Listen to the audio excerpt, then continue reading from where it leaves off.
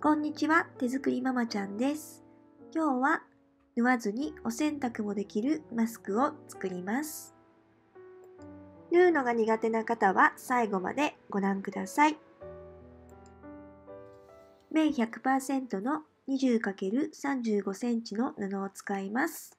裏返して下側を6センチ折ります。上側は5センチ折ります。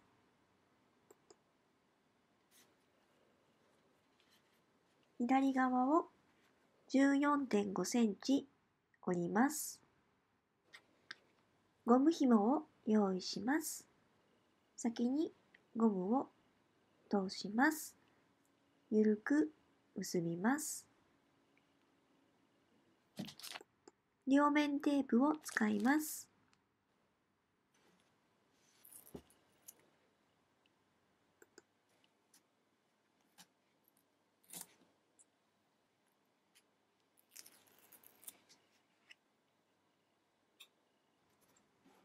しっかり貼り付けます。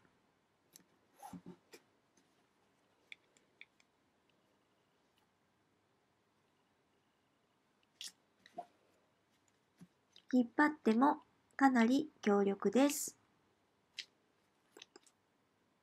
右側も両面テープで貼り付けていきます。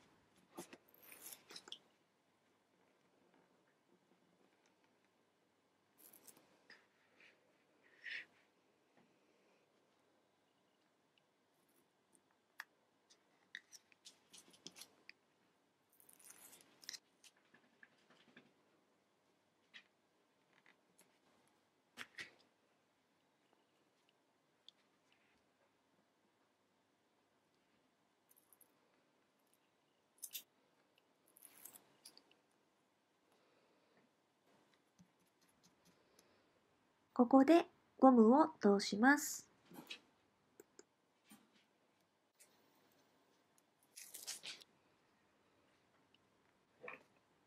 しっかり貼り付けます。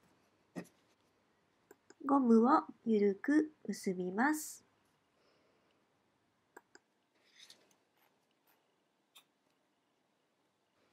ゴムの結び目は中に隠します。出来上がりのサイズは縦約9センチ、横約 14.5 センチになります。アイロンをかけます。当て布をしてください。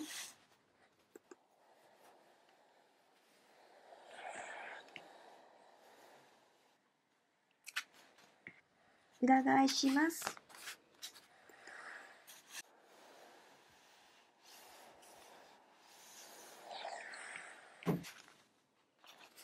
完成しました。縫わずに作れるマスク、ぜひ作ってみてください。最後までご視聴ありがとうございました。